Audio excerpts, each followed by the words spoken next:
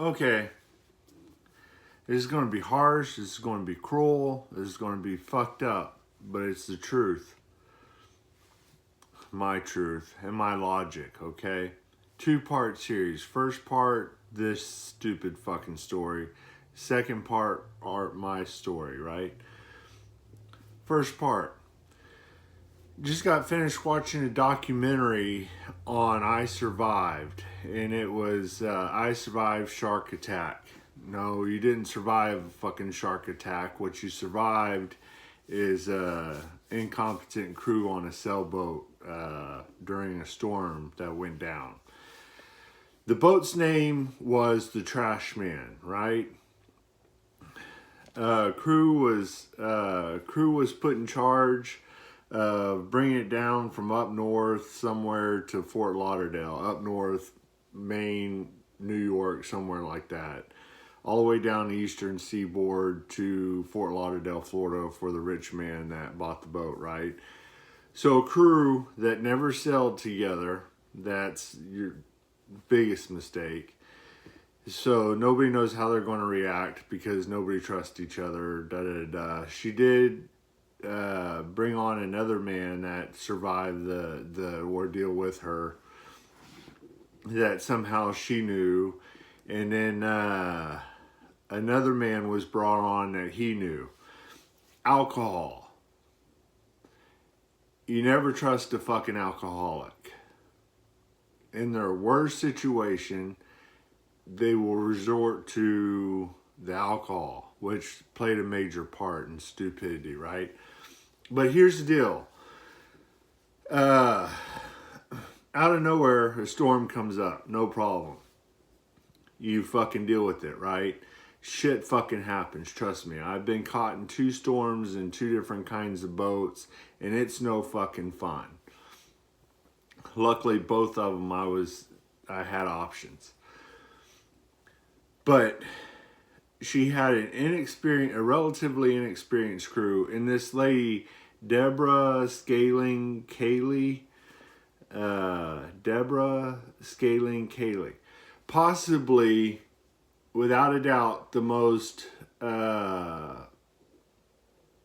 professional or most skilled person on the fucking boat, contributed to the story with absolutely nothing. You had the main person on the fucking boat that did absolutely nothing to, in the end, to help rescue in any fucking way. No part of the fucking storyline did she help in any fucking way. First thing, well, we're in a clusterfuck out in the middle of the ocean, and she left the guy that was drunk in charge of the boat. First mistake. He's openly drinking, yelling at the storm, having a ball up on deck. What was the configuration of the boat?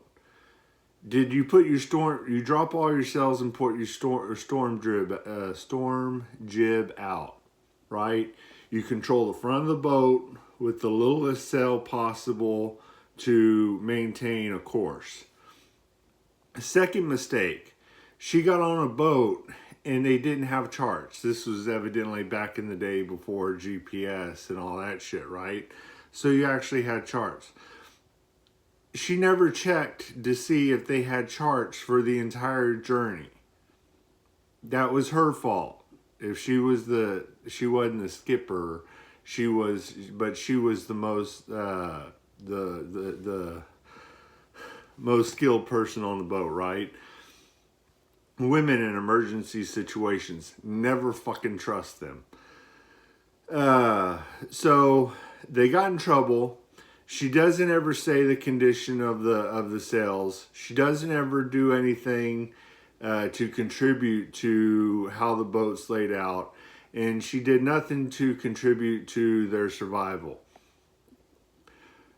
What did she do? She decided to get rest.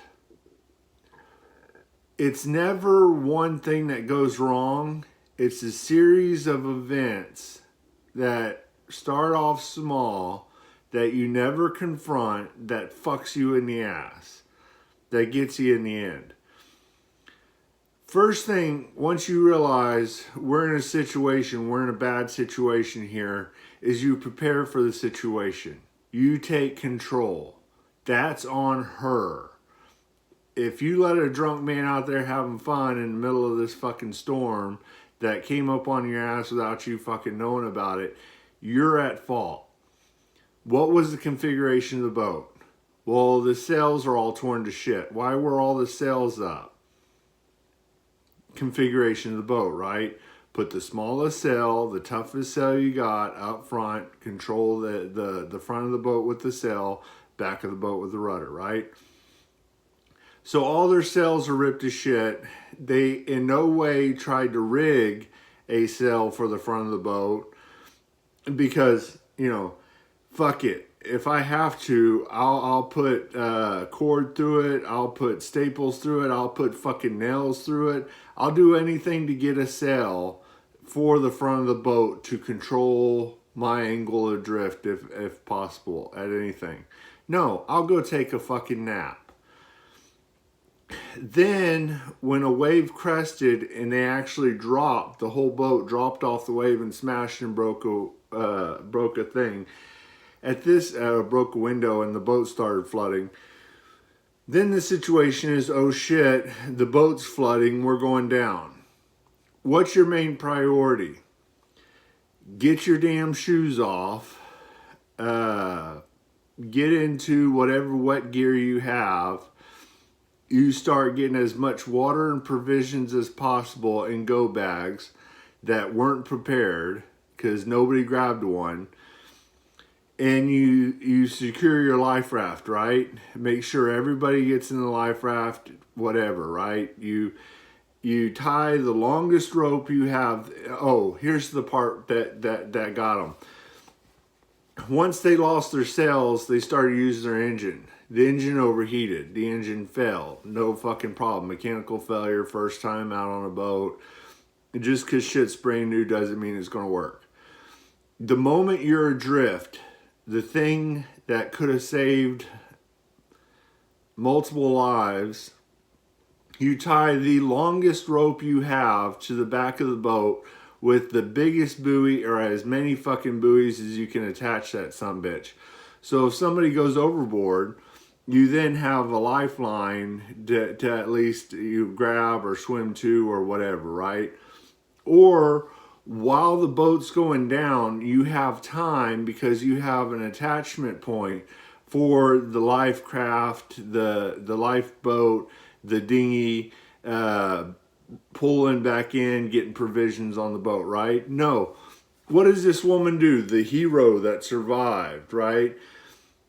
She is the first person to jump off the boat completely by herself. The boat's going down. I got 2 minutes left. What am I going to do? I'm going to jump in the fucking water by myself. So what is the other man that survived? What does he do? I'll get the Zodiac inflatable dinghy off the boat. So at least, you know, when you're leaving one boat, make sure you have another. But she jumped. Where were the life rings? Where were the life preservers? Why wasn't the crew told, okay, this is the drill we're going to go through. This is where the life preservers are. This is where the life rings are. These are where the tow ropes are. These are the biggest buoys we have. Preparation, right? Jack shit. Food and beer, right? Or alcohol. So it was the only other man that survived that got the Zodiac off the boat. He didn't leave the boat without having a boat, and he did it by himself in rough conditions with the boat going down. The drunk is the one that was in charge or took it upon himself to get the life raft off the boat. And surprisingly, guess what? Once he inflated it, it got away from him, and he was the only one attached to it. He swam to the dinghy. Sorry, that's Mom. The other two people, the skipper / mechanic and his girlfriend, played absolutely no role. Nobody, once they lost the life raft, there was no water. There was absolutely nothing. All they had were the clothes on their backs and this dinghy, right? She did swim back to get the girl on the boat in the rigging, which most of the time is stainless steel cable, to swim back to the Zodiac. So she did technically temporarily save her life, although her wounds were so bad that it was she died.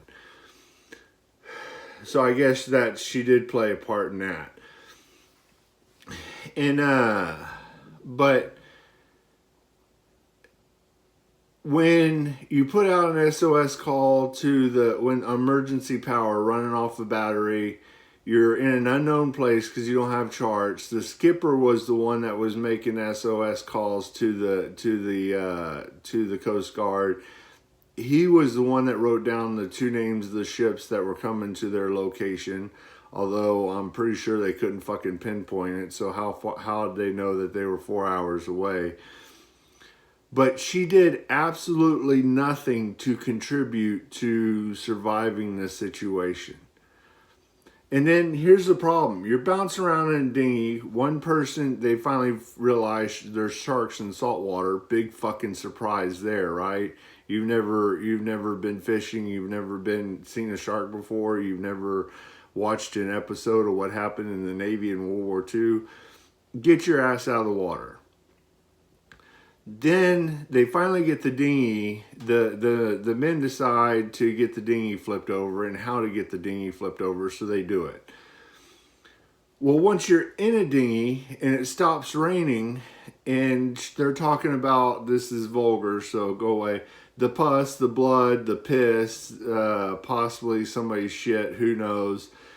You're in the septic water inside the boat.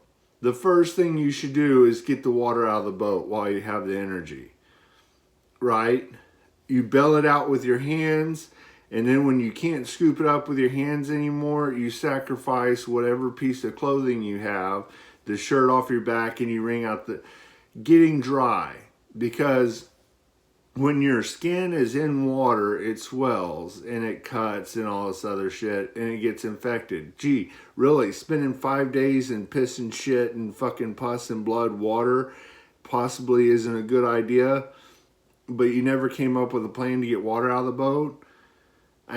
I'll post this documentary in the description, but it's a link on YouTube. Just look up the Trash Man boat incident on YouTube, and it's an I survived shark attack. Wow, you mean fucking sharks aren't attracted to these weird smells out in the middle of the ocean, and Atlantic sharpnose and great whites, who the fuck knows? But it's amazing. Oh, you have possibly the most intelligent person, possibly the most experienced person on the boat. But guess what happens? When shit hits the fucking fan, she's the first one to abandon the boat with absolutely no provisions and no way of maintaining buoyancy. She's swimming out in the fucking ocean until another guy got the dinghy off and got to her. She played absolutely no part other than convincing the girl to get off the rigging and swim back to the dinghy. This is why when you're in a survival situation, you are, even if you're in a group, you're completely alone. You better make the best decisions for you and not rely on other people. Because this woman that's a hero, or wants to be a fucking hero, or portrayed that I survived, played no contributing factors whatsoever to their survival.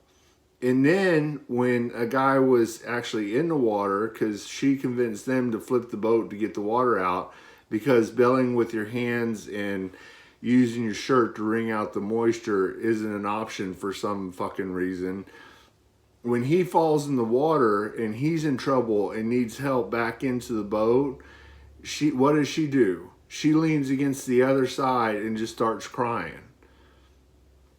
But when a Russian transport vessel sees them and comes to their aid, guess what she did? Without hesitation, she jumped out of the boat and swam to them completely on her own.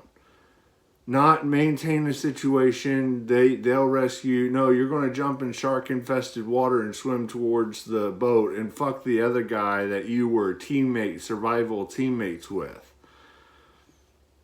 And I don't give a shit. The moment somebody starts drinking water, salt water, they're written off. Absolutely, without a doubt, written off. You know they're going to go crazy. Don't waste your time talking to them or trying to convince them or get them. I get the guy that said that. It wasn't worth the effort. Somebody jumps out of the boat and starts swimming, fuck it, they're on their own. They're dead. The moment they drank the salt water, they're dead. The woman that died in the boat due to her wounds.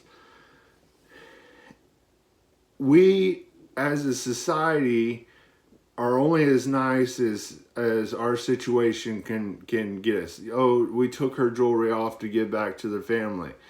Well, then they take her clothing off and throw her overboard for the sharks. Fuck it, I have no problem with that. Burial at sea. Get rid of a dead body. You're already in a cesspool of shit.